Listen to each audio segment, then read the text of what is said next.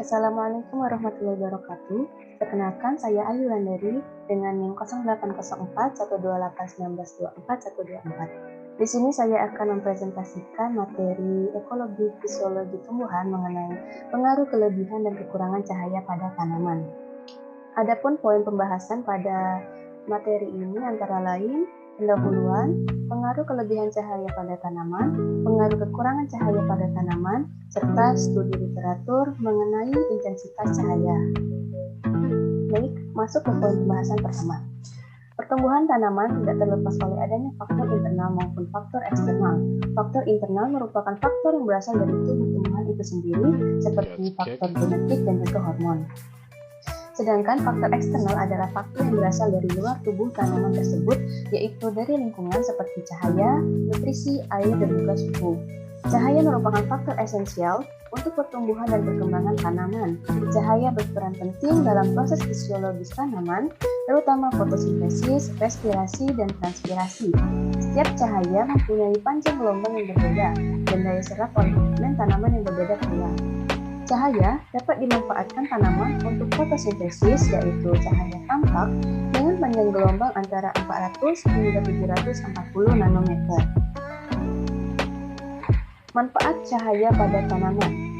Cahaya sendiri sangat besar artinya bagi tanaman, terutama karena perannya dalam kegiatan fisiologi seperti fotosintesis, respirasi, pertumbuhan serta pembungaan, pembukaan dan penutupan stomata, perkecambahan serta pertumbuhan tanaman. Penyinaran matahari mempengaruhi pertumbuhan, reproduksi, dan juga hasil tanaman melalui proses fotosintesis.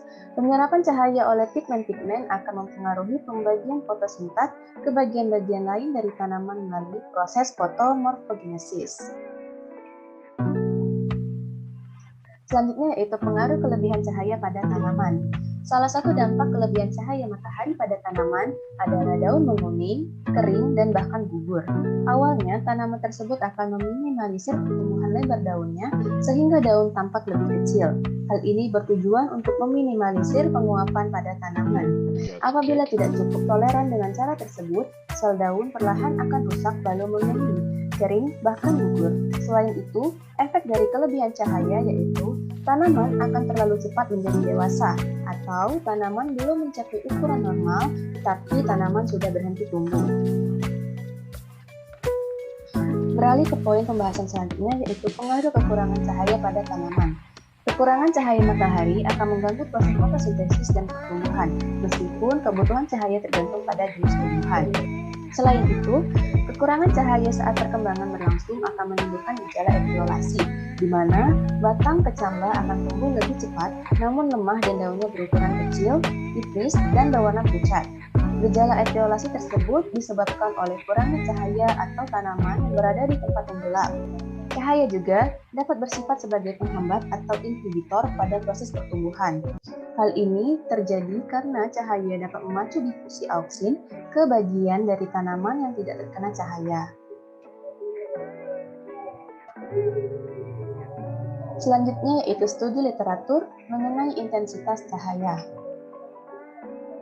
Berdasarkan penelitian yang dilakukan oleh Susilawati et al. 2016 mengenai pengaruh intensitas terhadap pertumbuhan semai cempaka yang menggunakan intensitas cahaya 10%, 30%, 50%, 70%, dan juga 90%, perbedaan morfologi dan anatomi antara daun cempaka yang tersinari dan yang ternaungi memperlihatkan adanya perbedaan di dalam responnya terhadap intensitas cahaya, yang pada akhirnya akan berpengaruh terhadap toleransi tumbuhan tersebut terhadap kondisi cahaya di lingkungannya.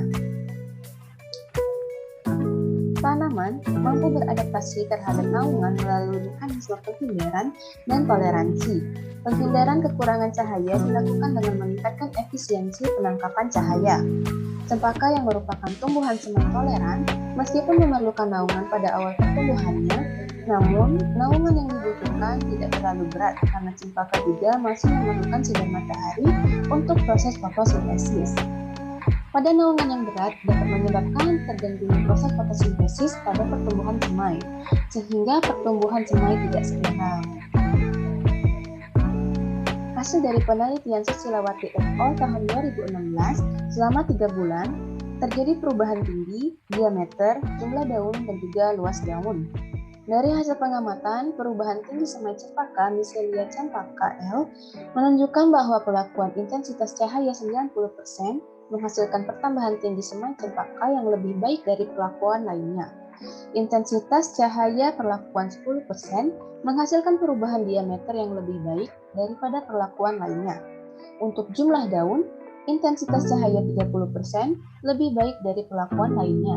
Dan untuk luas daun, intensitas cahaya 70% lebih baik dari perlakuan lainnya.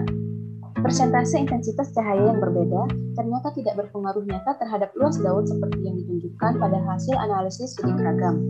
Namun, perlakuan persentase intensitas cahaya 70% cenderung memberikan respon yang baik terhadap luas daun pada semai cempaka. Hal ini diduga pertumbuhan tanaman dipengaruhi oleh proses fisiologis yang terjadi di dalam tubuh tanaman tersebut, yaitu proses fotosintesis, respirasi, penyerapan air, serta mineral. Kesimpulan dari materi ini antara lain, setiap jenis tanaman memerlukan cahaya yang berbeda tergantung di mana mereka hidup pada habitat aslinya. Kebutuhan cahaya terdiri dari intensitas cahaya dan lamanya penyinaran. Intensitas cahaya yang optimal selama periode tumbuh penting untuk pertumbuhan dan perkembangan tanaman.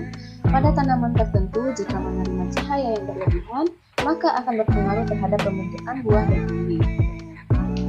Sekian pemaparan dari saya, lebih kurangnya saya mohon maaf. Kepada Allah saya mohon ampun. Wabillahi taufiq wal hidayah. Wassalamualaikum warahmatullahi wabarakatuh.